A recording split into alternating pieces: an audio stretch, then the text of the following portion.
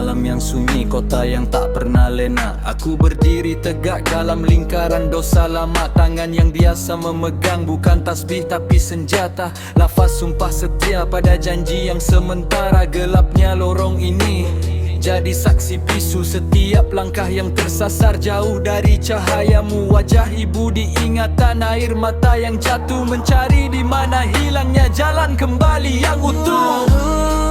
Mana hatiku merintih penuh sesalan, ya Allah.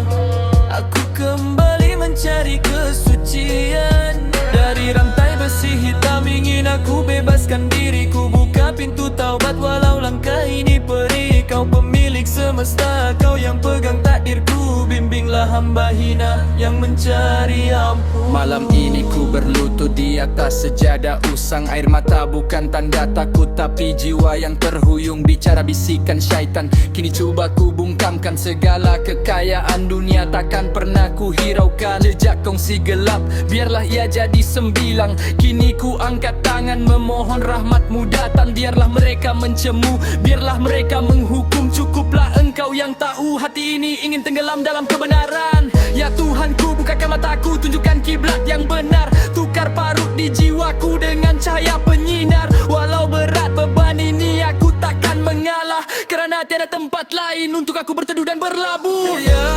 Rabbana, hatiku merintih penuh sesalan, ya Allah. Aku kembali mencari kesucian. Dari rantai besi hitam ingin aku bebaskan diriku. Buka pintu taubat walau langkah ini perih. Kau pemilik semesta, kau yang pegang takdirku. Bimbinglah hamba hina yang mencari ampunmu.